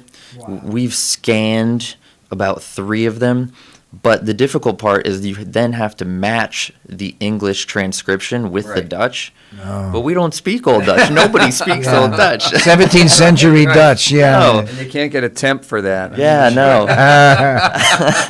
But so what you have to do is look side by side and look for names, look for numbers, because those didn't change. Right. But so that's what we're working on. So hopefully it'll take 6 months to a year probably to get the first or second volume up.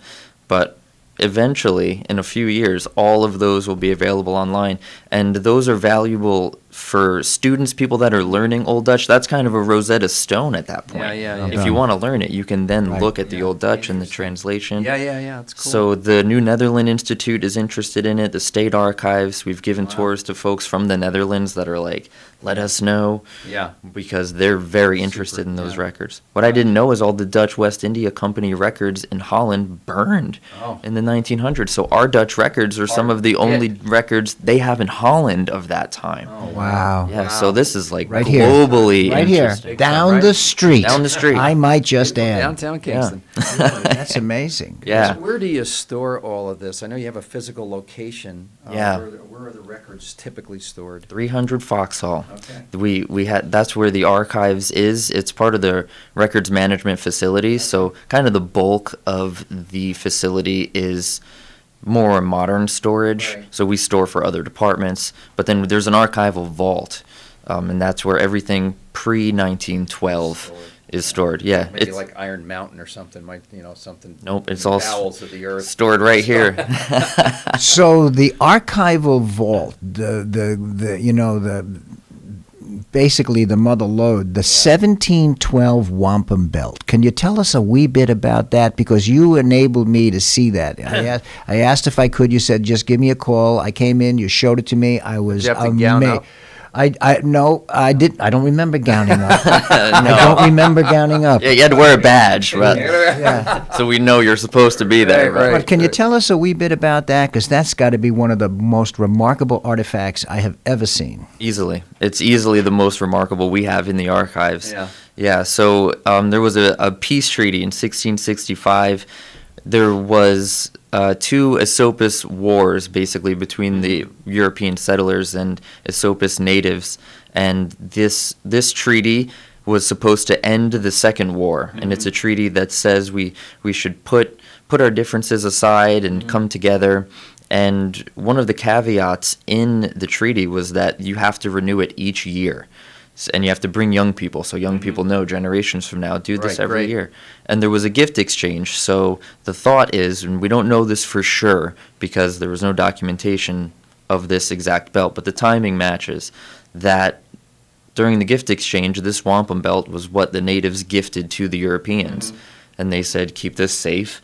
And since it was gifted to us, it's been kept by the clerk's office. Amazing. Yeah. And somebody back then thought enough to safeguard it. yeah. And I mean, that's just stunning. And it's beautiful. It's one of the only wampum belts remaining in New York State that's still intact.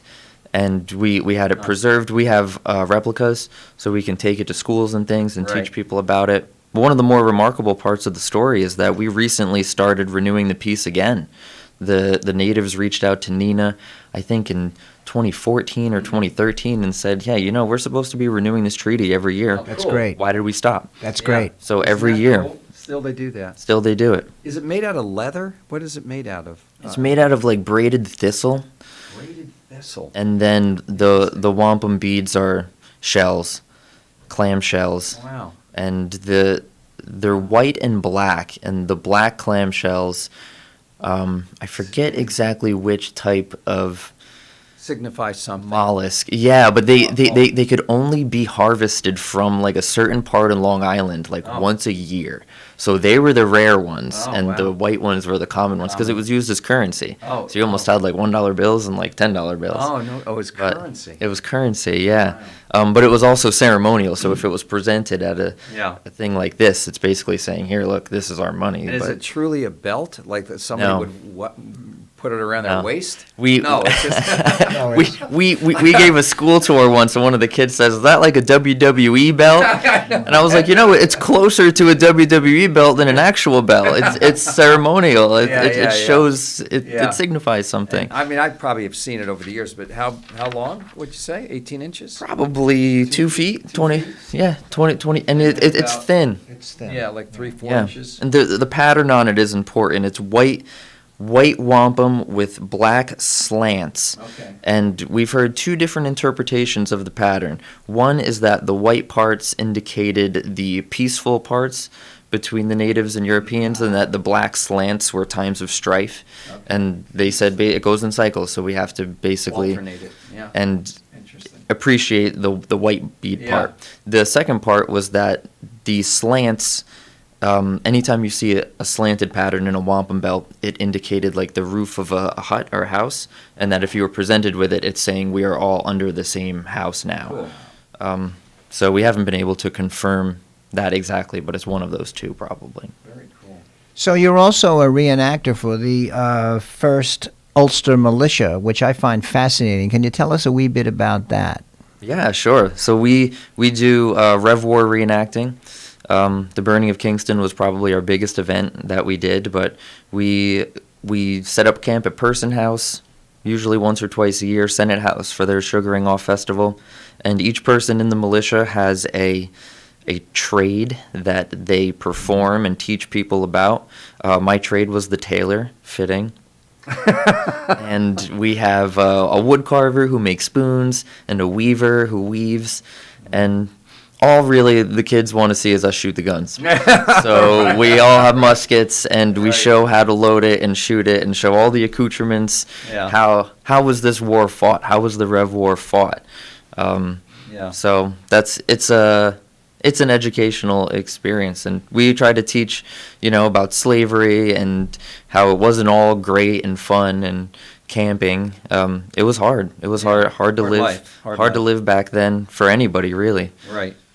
But one of that ties right into the medical exhibit. Don Turpening is our Reservoir medical reenactor, and he is just a blast. Yeah. He sets up shop. What does he do? Oh, he's a doctor. Well, he's a doctor. Don, when at Ulster County Community College, Don and I worked there for quite a while. He was he's a chemistry teacher. Okay. So he is very good. He understands, the science of it. The science of it, but he's got great delivery. Yeah, he knows how to teach. He really does know how to teach. Well, Yeah. that's exactly right. Yeah, because I'm sure they had some rudimentary medical in the Reservoir. Well, he brings a cantaloupe with him, and people say, "What's the cantaloupe for?" And then he, okay, let me show you. And they used to drill into your skull to relieve headaches and things. So he drills into the cantaloupe and shows you how I forget what the name of the material. Well, the bad vapors would escape. Of course, after they drilled your head, they would probably bleed you. The downside of the bleeding is that the good blood often left with the bad blood. And so it wasn't a very, you looked a wee bit pale at the end of a treatment. In the next life. Well, and we asked Don, too. We said, do you think you could reenact Gijsbert van Imbrock, who was the first barber surgeon, who was the generation before the Reservoir? And he said, I'm sure I could. And I'm sure I could play a Civil War doctor as well, because nothing really changed. There was very little that changed until germ theory and infections were addressed. But from 16, 17, and 1800, medicine was very similar.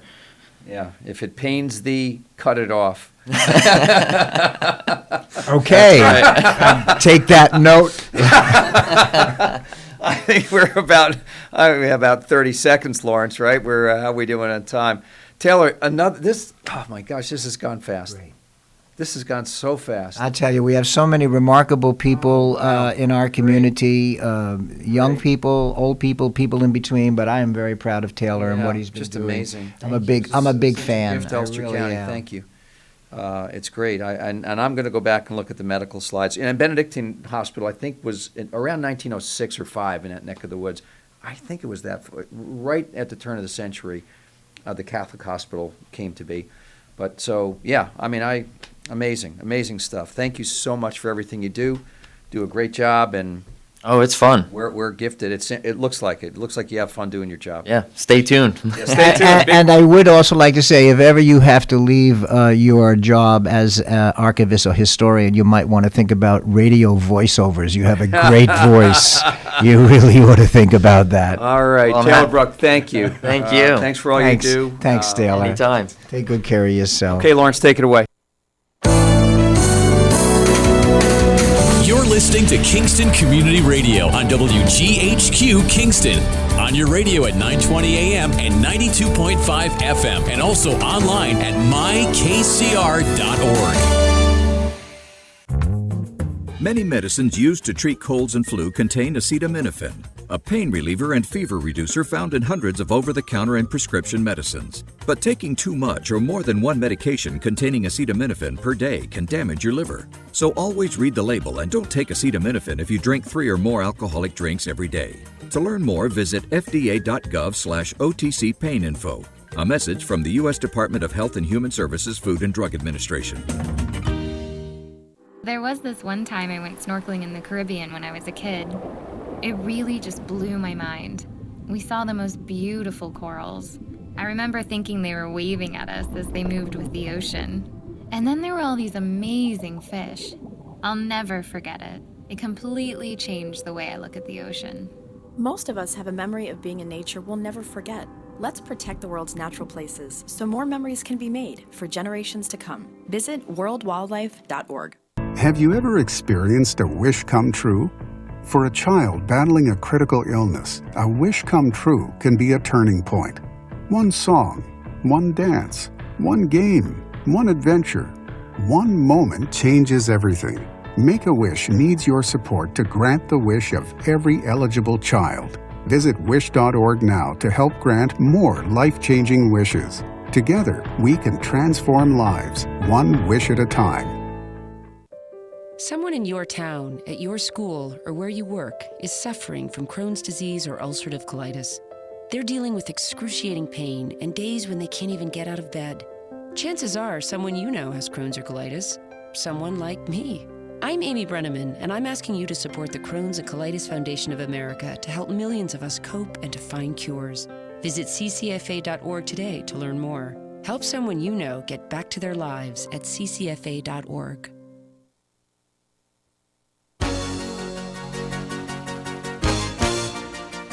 Hi, this is Jim Quigley, Supervisor of the Town of Ulster, and I support Kingston Community Radio, and so should you.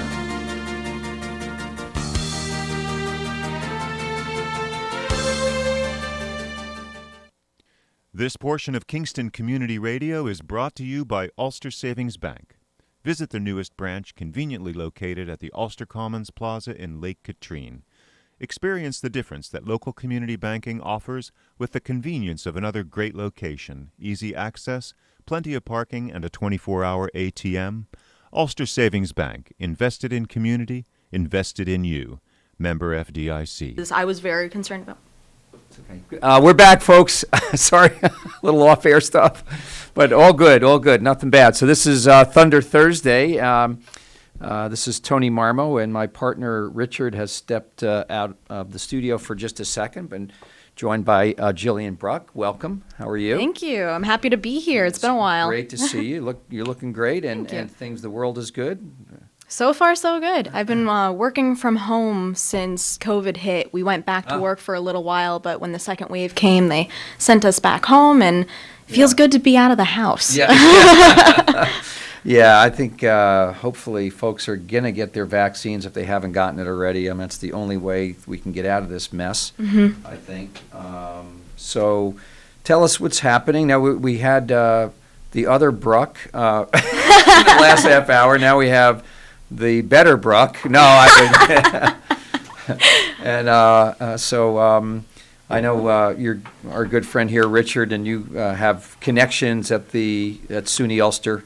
Yes. And he's the most prepared host in the planet in the history of radio. He's got his show plan all laid out. So. Well, the good news about it is that we have a roadmap, but we often take the wrong turn, and I love that. I love that. Well, that's when you discover new things. So. Right. Amen. Circuitous, huh? More or less. But circuitous is not even in Jillian's vocabulary. She's probably one of the most direct young women I've ever met. But also really quite diplomatic in dealing with some pretty heavy topics. Just a wee bit of a background. Jillian is a community engagement coordinator and technical assistant specialist for the Healing Communities Study in Ulster County. She works with community partners across the entire county to develop and implement strategies to combat the opioid epidemic in our area. And she'll tell you why she was drawn to this field as we get more into the interview. But also Jillian and I work together as facilitators for the Hudson Valley National Center for Veteran Reintegration. It's a warrior writers program which enables vets, both men and women, from many, many areas of conflict, all the way from Vietnam through Afghanistan and Iraq, to learn that writing is healing. And Jillian and I and our close friend Raymond Cox went down to Philadelphia a few years ago now to take the national training so that we could bring it home and make a difference. And I can honestly tell you that, Jillian, you are making a difference. So would you tell us a little bit about the community engagement you're involved in, the healing, and why you're doing this, please? Sure, absolutely. So the Healing Communities Study is a grant that Ulster County received to basically develop and implement best practices and see how they work in Ulster County. It's a study. So Columbia University is working with us to implement it. And they're basically going to be learning from what we're doing in this Wave 1, which consists of 7 different communities in New York, as well as 3 other states and communities in their states, and they're going to pass that along to communities in Wave 2. So I won't get too complicated because it is a big, lots of moving parts. But we have an action plan of 26 strategies that we've developed in the areas of naloxone education and distribution, safer prescribing, and medications to treat opioid use disorder, which I'll talk a little bit about today, and we can call it MOUD, because you'll probably end up stumbling along those words, which I do quite often. So partners all across Ulster County. We've got Ellenville Regional, Samadhi here in Kingston, UPC, Ulster Prevention Council, so many different organizations really helping us make this happen. Because at the end of the day, when the grant is over and I'm not involved anymore, we're leaving it to our partners who are here. Sustainability. Yes, doing the work, absolutely. So that's about the core of it. So I'm the community engagement coordinator. I work with them. I help them find what we need to do. We talk about what our community needs. We come up with the ideas. We make them happen. So, Jillian, talk about the opioid crisis in the pandemic and what's, there's just a lot of things coming out of this pandemic, certainly, but I'm curious what your thoughts are. Worse, better? Sure. So unfortunately, we've definitely seen a rise in opioid fatalities, opioid-related fatalities. And, you know, we haven't had long enough to study it and say hard and fast, oh, COVID did it. But one can put two and two together. Our goal was to reduce opioid fatalities by 40%. We were getting really close to that right before COVID hit. Our numbers were dropping. It was incredible. And then COVID hit, and we're seeing numbers like we've seen before we started being able to make these numbers decline. We were in isolation has something to do with it. Oh, absolutely. People are not able to get support from each other. I mean, Yeah. a Zoom screen, you can't hug a Zoom screen, Richard. Right. You can, but it's very cold. Yeah, and mental health is a huge part of this. You know, like most people would say that a lot of opioid-related deaths and opioid use disorder, co-occurring is always involved. There's always some sort of trauma, or, I mean, not always, but often is the case. My own brother, I lost him in 2016 due to an opioid overdose, and he was a veteran with PTSD, and then when you get a back injury and you start taking pills, and those pills start making your mind feel better, you start taking them more, and then you develop a tolerance, and then you just take more so that you can feel it the way it felt when you first started taking them. And it's a spiraling cycle if you don't get the help you need. And there's help out there. There's so much. It's just connecting people with that help, and making it available, taking away the barriers so that people don't have to take this train to try to figure out what works for them. So we have communications campaigns as well that puts it out there, reduces the stigma, make people, like, you can have an opioid use disorder, but if you think you're alone, but if you're seeing, like, ads out there, if you're seeing Facebook ads, billboards, all this stuff, you start realizing, oh, I can call a number. I can try this. Or I tried this and it didn't work. There's other resources. So Are there similarities with, we had last week the Kelder family on, who's trying to open up a substance abuse, I'll call it a halfway house, up in Saugerties. You know, that one I think has to do with, they lost their son, Ryan Kelder, and to heroin. And I'm wondering if different drug of sorts, but same backgrounds or same issues or same, you know, are there parallels to what you're doing and what perhaps other drug-related deaths groups are working with? yeah, I'd absolutely say so. And so Ryan, he like you said, heroin, that is in the opioid family. So that's, okay. yeah, so Okay, fine. heroin, oxycodone, Vicodin, Percocet, all of that is an opioid. Okay, Yeah, but thank even you for defining that. Absolutely. But even other drugs such as meth or anything else, they all have commonalities. And that's kind of what the study is looking into as well, is the idea that we're doing this for opioids, but inevitably we are going to have another wave of some other drug coming into our community. And what can we learn now that when that happens and we see it in advance, we can be proactive and try to implement. Defense. Yeah. So absolutely there's parallels. Great. Mhm. So I know that we talk a lot about Narcan, and based upon what excellent work you're doing. So talk about Narcan and dispel some of the myths and stigmas about it, please. Sure. So Narcan is, it's naloxone, and Narcan is the brand name of it. It is a drug that can reverse an opioid overdose. So if you come in contact with someone you believe is having an overdose, that's the key, is believe. You don't have to know. You can give them the naloxone, otherwise known as Narcan, and it can pull them out of the overdose. When you're overdosing, your systems are being oppressed, your lungs are shutting down, you're stopping breathing. You take this and you can breathe again, and suddenly you're able to. Like CPR, isn't it? Yeah. Similar to CPR. Yeah, it reverses what's happening. You know, the opioids are going to your brain. It's telling your body to shut down. It takes it off of those receptors, at least temporarily. And in the trainings, they'll say, like, just because you give Narcan does not mean you shouldn't call 911. Right. Call 911, then give the Narcan, and wait for first responders, because there is a case that if you have too many opioids in you, you can go back into the overdose. But some of the stigmas around it, which I've seen a lot of on Facebook, and I have to sort of hold myself back on like Right. getting into a Facebook argument Right. because it's difficult, but hopefully people can sort of reduce these stigmas, is that people who have an opioid use disorder have done that to themselves. People also often assume that people picked up a drug because they wanted to have a good time and now they're addicted and now it's not our problem. Like they'll say things like, why is Narcan free but insulin isn't? Like that's a bigger medical health insurance debate and problem. But it's important for people to know that there's so many facets to opioid use disorder, that there's reasons. Like my brother, I use him as an awareness piece. He was the definition of an upright, standing citizen. He wouldn't touch drugs. He was going for his master's belt in karate and, you know, all of the rules they teach you not to do anything that would impair your ability to do good and whatnot.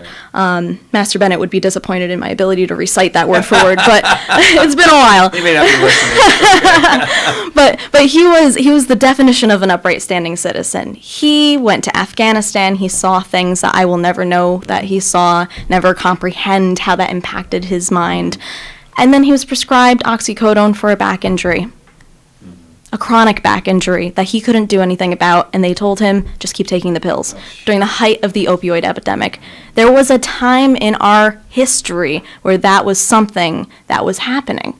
People were being told, take the pills till you can't take the pain anymore. Pain management, take the pain away. That's the number one goal. And now we have a crisis on our hands. My brother didn't choose that.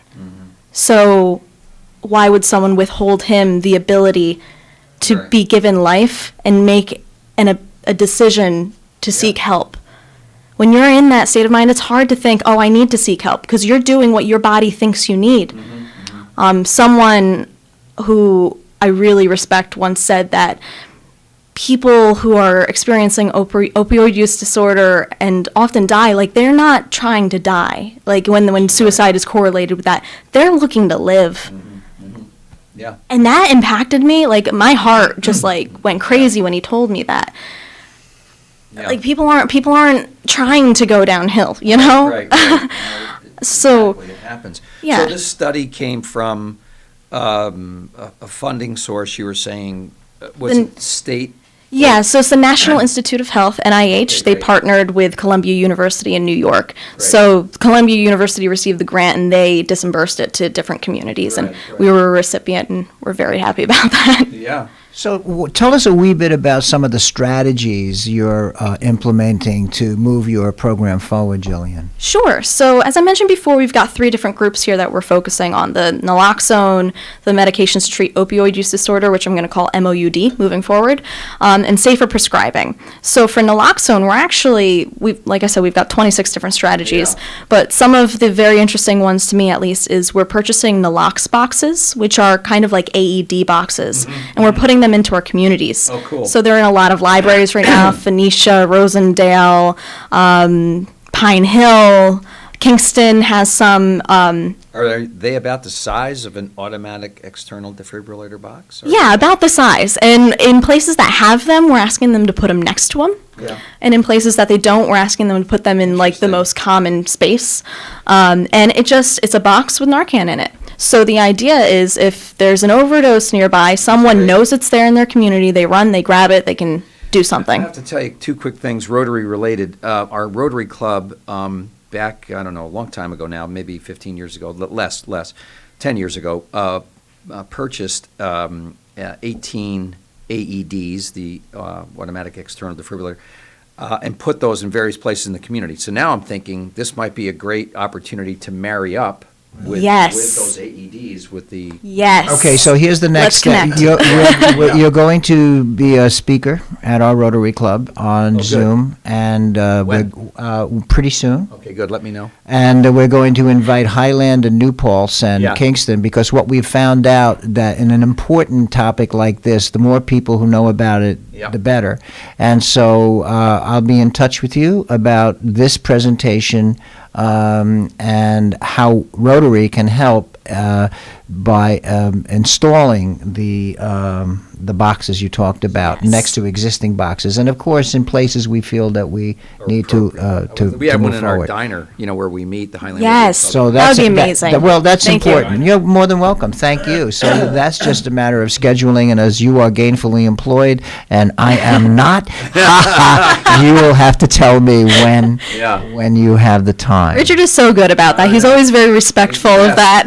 He's the best. But yeah, no, I would love to. Thank you, Richard. Yeah. That's great. The other thing we did, our Rotary Club did a couple of years ago now, is we held a Narcan class. An educator, I can't remember where we got the person from, but one of our members were able to set up. We had like 20 community members, handed out the Narcan bags, the little blue bags that at least that's what they distributed then. It was a great educational opportunity, and maybe more service clubs or organizations can think about doing that. Yeah, absolutely. If anyone is interested in hosting a Narcan training for either their business, their club, or anything, get in contact with me. I'll say my email in a moment, and I can partner you with one of our opioid prevention partners. Great. So my email is J, N as in Nancy, A, D as in dog, at co.ulster.ny.us. And I'll say it again later. Once again, try it one more time now, please. Sure. So J, N as in Nancy, A, D as in dog, at ulster.ny. Oh, gosh, I messed it up. It's okay. I'll say it again later. It's a long one and my brain isn't working. I got it right the first time, though, so if you guys wrote it down, don't worry. So one of the things that Jillian is very involved in because of her brother's untimely passing, and why we are so connected, is the veterans that we work with at the Hudson Valley Center for Veteran Integration are basically struggling with a lot of demands and responsibilities returning to civilian life. We have seen so many people with difficulties with jobs, housing, physical and emotional problems, and they have become more intense because of COVID. And so it is a sad fact, but between 17 and 20 young men and women, veterans, die every day because of this particular epidemic.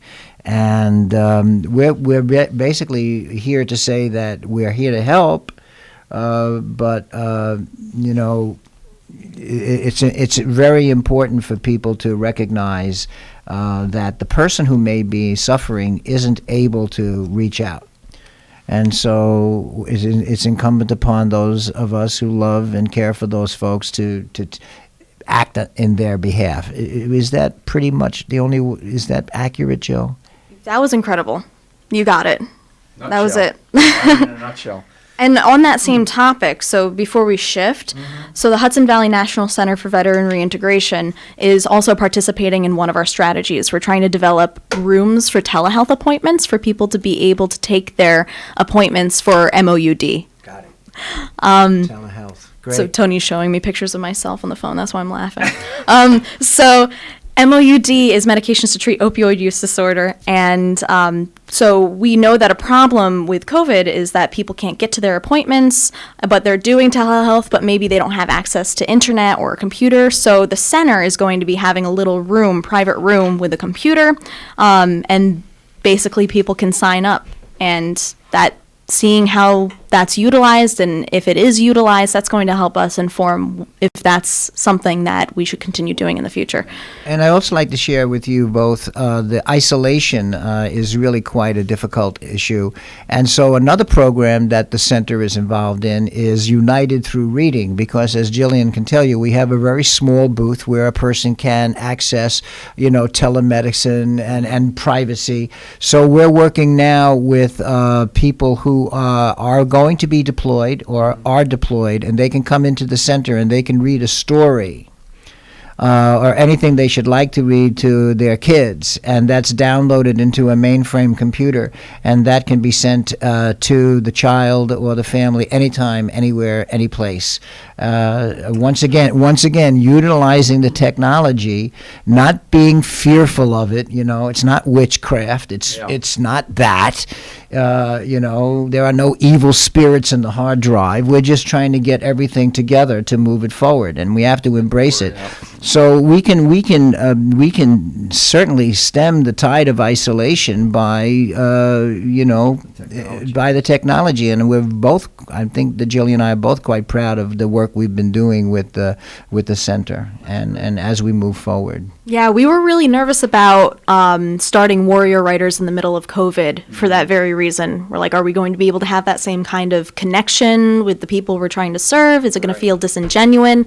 But from the first session, we were like, wow, this works. And we're in our third now. Yeah. So we've already done 3 groups of 6 weeks at 2 hours a week. So it's over 40 hours of training. And some of the writing is just absolutely amazing. Yes. As good as anything I've read or written. I cried on Tuesday. I've never felt, it was just an instant whack of, and it wasn't because it hit me personally. It wasn't because I felt it was sad. We were actually discussing joy, the joyous moments in people's service. And it was very profound. Like the things that people are writing is just very profound and meaningful. And we're hoping to work towards a performance where they can read their work. That would be great. Because people need to hear what I'm hearing, what Correct. Richard's hearing. Correct. We need to get the word out, so we're looking at that.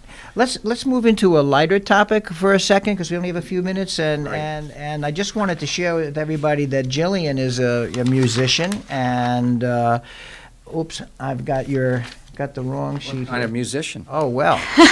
Excellent, I think, is the best word. What instrument? Well, she's with Sheila D. and the Dazzlers, and she's a singer. I sing and I play. I do a lot in music, but what I'm really doing, not professionally but actively, is I sing and I do backup vocals for Sheila D. and the Dazzlers. We do a lot of harmonies. It's very. You sang the national anthem at one of the black belt. Yeah. I like to tell everyone, like, consider me your go-to, even though I don't think I do a very good job, but they always tell me I do. So you're great. It's a hard song, but yeah. And I've had the pleasure of sharing the bandstand with Jillian a while back, because we did a fundraiser for the Eleanor Roosevelt Excel program at SUNY Ulster, and we did about an hour's worth of material, and we had the president on bass and Jillian doing backup vocals, and we had a great time. And that was one of the most fun experiences I've had. I've had this track record of somehow being involved in like teacher bands right from high school through my adult life, and so I was an administrative assistant at the president's office a few years back, and I got pulled into that one. I'm like, how did I do this again? But I loved it. It was so much fun. Robert's a musician? Oh, he's a great bassist. He's he's actually very, very good. He's very musical. And we had Christopher Early, who's the director of the music program, on drums, and a couple of other English teachers playing various and sundry instruments. But it was a great day, and music is really a very good way to get the message across as well. So we're hoping that the performance angle of the Warrior Writers Workshop, which is in the original design, will allow people to express themselves, him or herself, via any. You could do a song, you could do a play, not a play, but you could do a poem, you can do a short piece, but it's all about getting the word out in any way you can. And as musicians, I think sometimes it's easier to do it via a song and or music than, a lecture. Yeah. And more enjoyable, I think, for the audience, people that are engaging and listening, and they get the message, and We went to a performance in Philadelphia after our training, and that was one of the most impactful experiences. I was moved. So what's coming up the next 6 months? We only got probably, what's on the docket moving forward imminently, let's say, the next few months? Sure. So we're really just going into our implementation phase of all of our strategies with HEAL. We've had, we're working in sets right now. So before we were doing our action plan, we were coming up with the strategies, deciding what we wanted to put money behind. Now we're doing it. Implementing. Yeah, and we'll be studying it. We have our partners that are implementing are reporting back data, not like identified or anything, but just data monthly. and we're using that information and moving forward and seeing what works. And Let's try contact information one more time. yes, I wrote it down. I haven't said it out loud in like a year. So my email address is JN as in Nancy, A, D as in dog, at co.ulster.ny.us.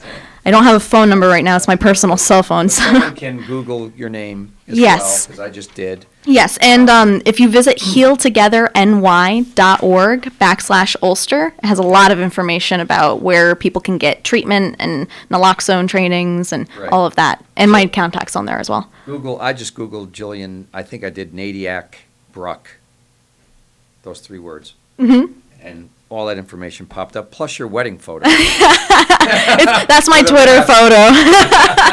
That's what he was showing me while I was talking. Yeah, it's great. It's great. Well, Yeah, I had thank a you. mass custom made to match my dress. That's So great. It was awesome. trying to do things responsibly. Thank you so much for doing what you're doing. I mean, you and your hubby are a great duo. I mean, it's you're so involved and interested in, it restores my faith in the future. I'm glad I could do that for you. And so, just keep in mind that when Barbara Cohen was with us just moments ago, and we asked her, well, how do you inspire volunteerism in the youth? Well, you're looking at Taylor and you're looking at Amen. Jillian, and Amen. there you are. Thank you. There you are. They're doing it. They're mensch. As I like to say, amen and a women. Hey, put your hands on the radio and testify. All I can say is that this is great work, and it's all happening for kids who are not even 30 years God old. bless. I All love right. it. I Lawrence, love I it. think we're getting close, right? We're close. All right. Thank you, Jillian. Thank Richard, you. It's always a pleasure. I mean, this is so easy, really so easy with you in terms of great guests, great dialogue. It goes in a blink. Please support KCR. Please watch out for each other. Please help someone less fortunate than yourself. Do a random act of kindness out there. It'll make you feel great. Have a great day, great weekend, and God bless America. This is the Hudson Valley Station for great songs and magic memories. 920 WGHQ AM Kingston.